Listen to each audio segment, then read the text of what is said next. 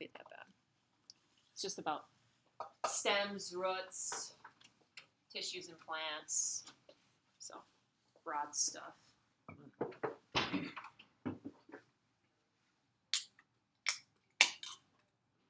So, overview of plants, and some of this might actually seem trivial, but remember vascular tissues, or sorry, let me back up.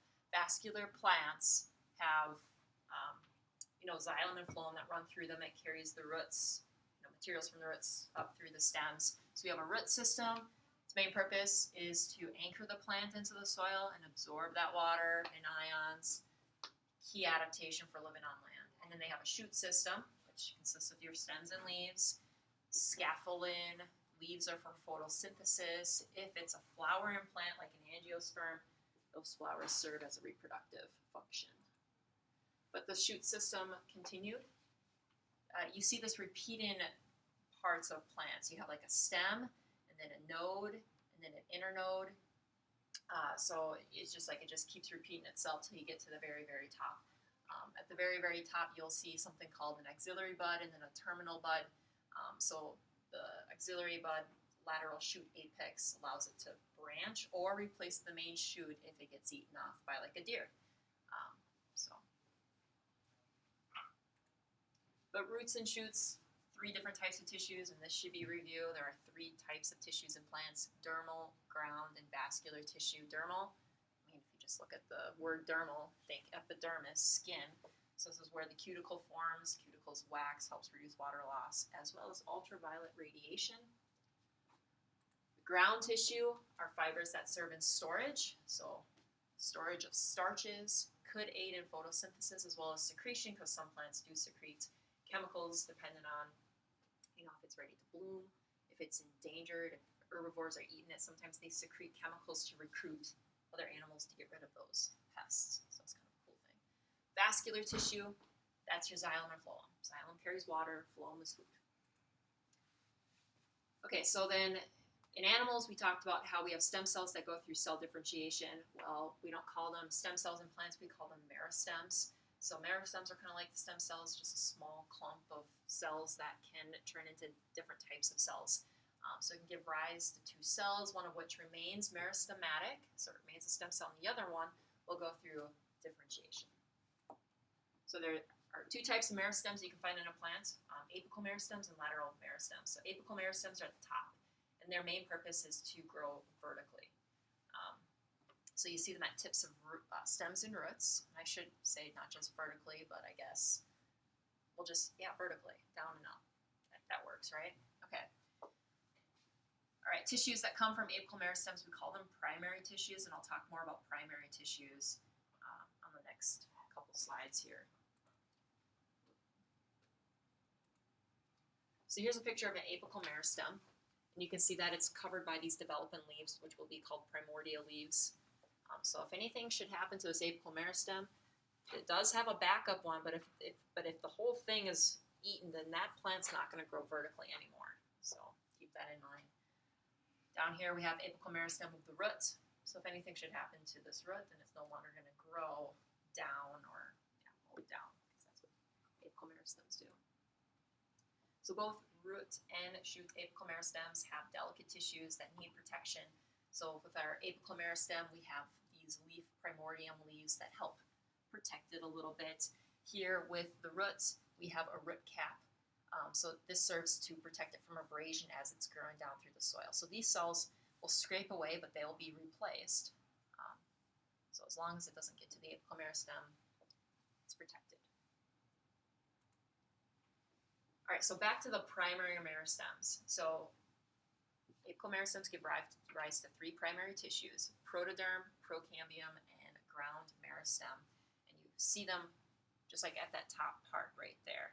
And then as the cells go through differentiation, then they turn into your primary tissues, either epidermis, ground tissue, or vascular tissue. So these are like the precursor to these. So the protoderm, there's that word derm, eventually turns into the epidermis. The ground meristem eventually will turn into the ground tissue after it's differentiated. Procambium serves as vascular tissue. So. Okay, the other type of meristem So like I said, these are like stem cells, lateral meristems, and their main purpose is to increase in diameter and lateral growth. So with some plants, you just have primary growth, herbaceous plants, there's no wood on it. Secondary growth, if you see woody stems, that means that secondary growth has taken place. So some species only have primary growth, some species do both, okay? But they also have secondary tissues, and we call them like a secondary plant body. So some tissues that can arise from the lateral meristems, the cork cambium, so the bark of a wood stem, the vascular cambium, which is just beneath the bark, and it's like in between the bark and like this core of the tree. That's the vascular cambium. It's filled with secondary and xylem and secondary phloem. So the main component of wood that you see when you chop down a tree is the secondary xylem. But then close to the outer surface, you might see different loops. Oh, I wonder if I have it on the previous slide. I think I do. Yeah. Right. I think this is what I'm looking at. So here, the bark would be on the outside of the cork, and then you have a thin layer of cork on the inside. Sometimes this layer of cork is thick, depending on the species. And then you have your secondary phloem, denoted by this red, and then the secondary xylem, which looks like this really, really bold, like the really, really red line. So it's peach area, secondary phloem. So it grows in both directions. So is that kind of why if like an animal goes around the tree and like messes up all the bark around it, it'll quit growing because it messes up the those right there. Yep. Okay, so then I really like this picture because it shows you the girth. You know how trees kind of taper when you get to the very, very top. So up here, it's very green. So they only have the primary xylem and the primary phloem, but then eventually it will reach that woody stage. So that's kind of a cool thing to think about. Okay, so I just talked about that. All right, so let's just look at the plant tissues a little bit more in depth. So with dermal tissue, I color-coded the slides blue, ground tissue is green, and vascular tissue. So we'll go through these one by one. Dermal tissue is your epidermis, and it secretes this fatty cutin layer that eventually makes up your cuticle. So you can see the thin layer of wax at the very top there. So remember these guys come from the protoderm. The protoderm turns into the epiderm. So we have some other unique cells associated with epidermal cells, guard cells. Sausage-shaped cells that make up the stoma. They literally look like a mouth that opens and closes that allows for gas exchange. They also do contain chloroplast. Some plants have trichomes, basically just projections on the leaf surface that help reduce evaporation, and then they help cover the stomata opening. They kind of look like tiny little hairs. So if you ever see a plant with tiny little hairs on, like on the green part, those are called trichomes. And then you have root hairs. This is obviously on the roots, but they just increase surface area for absorption. So here we have trichomes. You see just on the outside layer there. Here's a pair of guard cells that make up the stoma for gas exchange. Root hairs, you can just see it increases surface area. This is zooming in on some very, very small trichomes. So these are large, because you can see them underneath the light microscope, but here we've really zoomed in on the trichomes. I guess I should say, sometimes the trichomes can serve as a defensive purpose. I'll go back. There are some trichomes that actually have like little sacs or contain like vesicles at the very end that might contain some toxin or something that an herbivore will not like. So when they munch on the leaf and they start chewing that compound, they're like, oh my gosh, this is disgusting. I don't want to eat you anymore. So. Okay, ground tissue, many functions, but structure mostly. So there are 3 different types of cells associated with ground tissue. Parenchyma cells, their main job is storage. And then the other 2, cholenchyma and sclerenchyma, provide support and protection. So if you like eating pears, and you're eating your pear and you see like fibers, and then pears also have that gritty texture, what you're actually feeling and tasting are sclerenchyma cells. So parenchyma are the most common type, large vacuoles, thin walls. live for many years, store food, water, anything made from photosynthesis, secretion, depending if it does secrete. A little bit less specialized than other plant cells. So like I said, they can contain nectar or resin or latex. Like I said, with some plants produce that. Proteins, metabolic waste. Majority of fruits are parenchyma. Then you have your parenchyma, protoplast, and they can also live for several years, but the cell shape is a little bit different. Obviously, it's a little bit more flexible. Allows it to bend but not break. We see continuous strands and cylinders of these structures, just like I said, to give support inside the plant body. And then finally, sclerenchyma, tough, thick walls. Fibers and scleroids are associated with sclerenchyma. So with scleroids, it's that gritty texture, really. But I call it. Oh, did I say it was parenchyma? Gosh darn it, I think I did. My bad. Sclerenchyma. This slide does a nice little summary. So, like, if you didn't want to read any of those slides, take a look at this table. All right, vascular tissue, main job to move things either up or down in a plant. So xylem conducts water, moves water from the roots up to the shoot system. The vessels there's actually two types of vessels that you can encounter with xylem. So we'll talk about vessels, basically dead, hollow, cylindrical cells arranged from end to end. They're shorter and wider, think like pop can shape, just cylinders kind of stacked on top of each other. And then there's this perforation plate that divides the two, and I'll show that on the next slide. Trichids are dead cells that taper at the ends. So these guys are pop can, and then they have like some kind of filter right there. But these guys, they're like tapered at the end, and then they sit on top of each other. So I guess I could have just waited. Yeah, but here you can see that they are tapered, and then we have some pores that allow the water and sugars to move through. And then these guys are more pop, like just fatter and wider. Phloem moves food, so sugars, two types of cells associated with phloem, sieve cells and sieve tube members. Sieve cells you see in seedless, vascular, and gymnosperms. With the sieve tube members, you only see them in flowering plants or angiosperms. So what's the difference? These guys down here have companion cells that carry out a lot of the other functions, while the sieve tube, just like its main job, is to move things. So it has like a helper to carry out its job. So here is sieve tube elements. These are the companion cells that hold like the nucleus. Like you can just see this main job is to move things. But it's got companion cells that carry out any other metabolic processes it has to. Here we just see sieve tubes, like no companion cell. Sieve elements. Roots anchor and absorb things. We'll talk about the four regions of the root cap, which I've already mentioned a little bit earlier today. But we'll talk about the zone of cell division, the zone of elongation, and then the zone of maturation. The names are pretty similar, but you find the root cap at the very end. Main job is to protect the apical meristem through abrasion.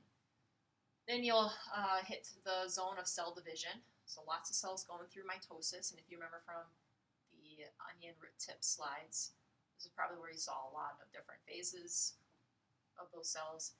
The zone of elongation just means for growth, so you see cells that are stretched out, and then finally the maturity of those cells at the very top there. So the root cap, two types of cells. Actually, you don't need to know the two types of cells. Just know that it's supposed to protect the apical meristem. Lifespan is usually less than a week, and also aids in perception of gravity, what is up and what is down. Zone of cell division, the cells are cuboidal, so cube shape, small vacuoles, large centrally located nuclei, rapidly going through mitosis, and eventually will subdivide into these three types of tissues, precursors to the epidermal, precursor to vascular, and then the precursor to your ground tissue. Zone elongation, it lengthens.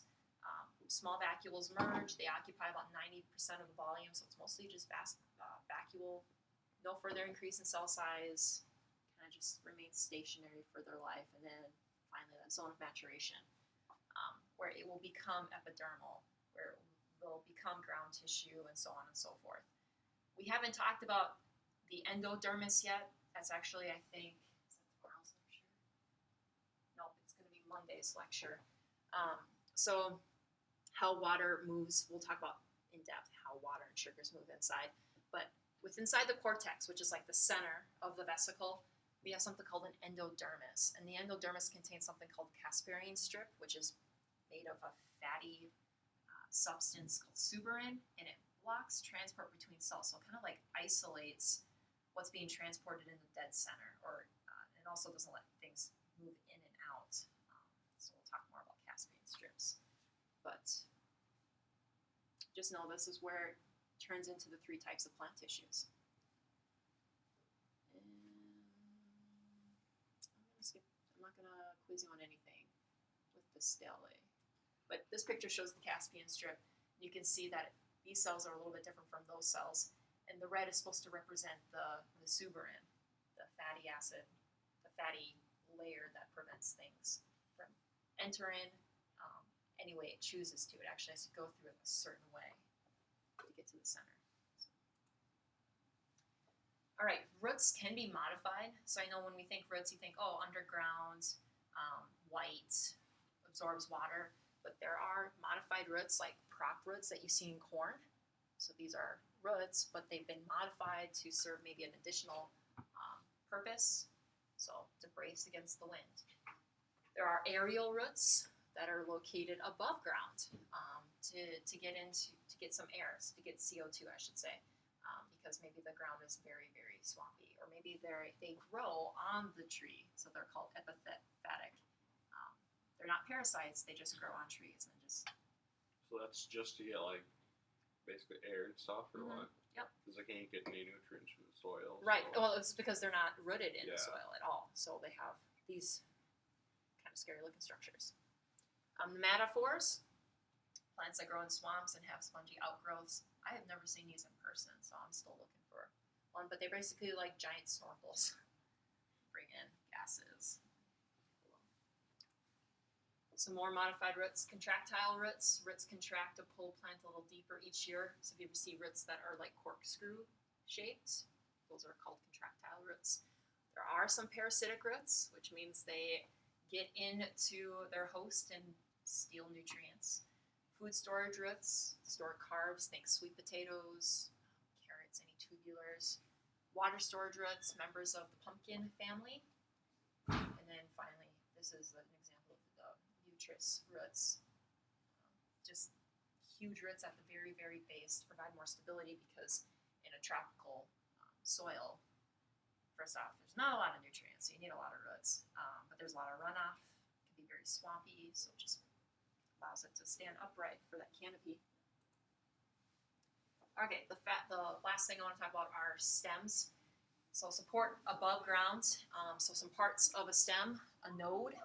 This is where leaf attachment happens to the stem. The inner node is the area between stem to stem, or 2 nodes. Then you have your axil, which is where the leaf or the blade attaches, and then finally your axillary bud. If you cut a stem and look at the cross-section, remember our monocots, their vascular bundles are scattered throughout. It doesn't look organized at all, and there's no secondary growth. But with dicots, you'll see bundles in a ring-like pattern, and there could be secondary growth dependent on the species. So just to give you an idea, monocots, grasses, corn, their leaves, their veins on their leaves are parallel. This is what I mean by scattered, it's just kind of all throughout. Might have some flower parts of multiples of 3 to 5. Here with the dicots, they get 2 little baby leaves that emerge from the seed, vein network with their leaves, but then here you can see that they're arranged in a ring shape, so they're organized. There are some modified stems, so bulbs, like onions, believe it or not, that's a stem. Corms resemble bulbs, but they have no fleshy leaves with any advantageous roots below it. And then rhizomes.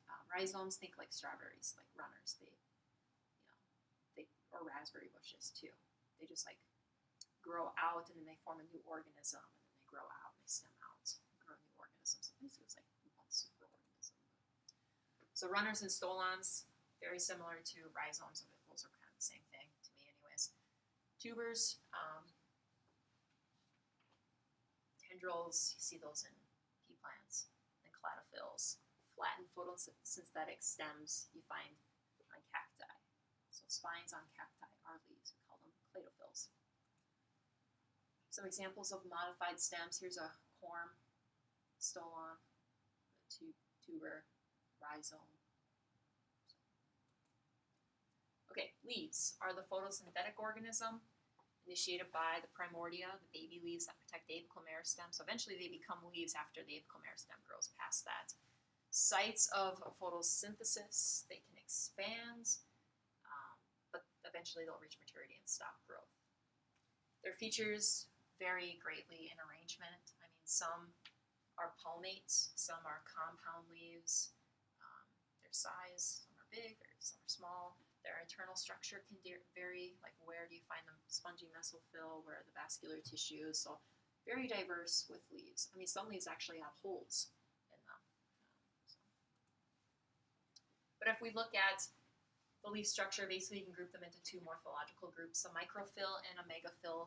So a microphyll, a leaf with one vein branching from the vascular cylinder, and then a megaphyll, you just see several to many veins, so like maybe parallel veins. Leaf forms, like I said, simple leaves. Some can have teeth, some have indentations, some have lobes like oak trees, or compound leaves. So these are examples of compound leaves. These would be considered examples of simple leaves. So here's the leaf anatomy in general anyways. So you get your upper epidermis, the palisade mesophylls. They're called palisade because they're always like this. They're cylinder and they're always vertical.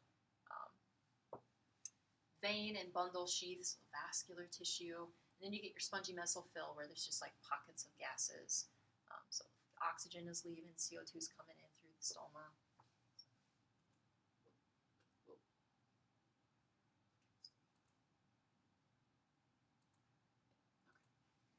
So epidermis is transparent to allow light to hit the chloroplast. The mesophyll is between the upper and lower epidermis. This is where you see the palisade and the spongy mesophyll. There are modified leaves, floral leaves like bracts that surround true flowers. So the green flowers at the base, the green petals at the base of the flower. Spines are modified leaves. There are leaves that serve as reproductive structures, like a walking fern. Window leaves, like I said, these are leaves that have holes in them. Shade leaves. Can we attention for announcement, please? I need all classrooms to restrict movement in and out of classrooms until further notice. Thank you.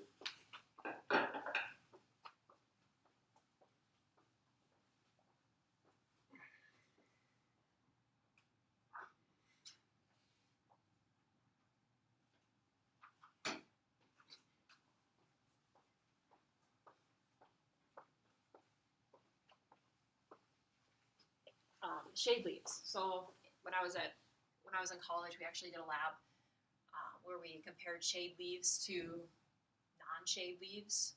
So we actually had to measure we like ran them through this machine that like automatically calculated their surface area. It's kind of like a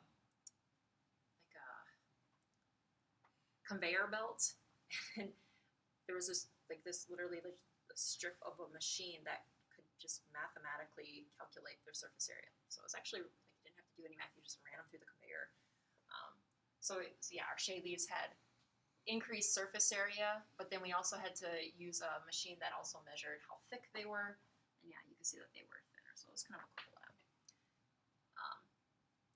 Leaves that trap insects. So pitcher plants are cone-shaped, rainwater accumulates, the insect falls in, can't get out because of the sides of the leaves. It's just like too steep for them to climb out, or the surface on the inside doesn't allow their feet to latch on and climb out. And then they decompose and release nitrogen, and the plant gets nitrogen that way. Venus flytraps, leaves that hinge at the midrib, they have digestive enzymes. So again, to get additional nitrogen because they may live in an environment where there are hardly any nutrients in the soil. So, like I said, not a lot. There are guided notes for this chapter. And that is your assignment. It will be due Monday. If you haven't started chapter 35 questions, you can do that as well.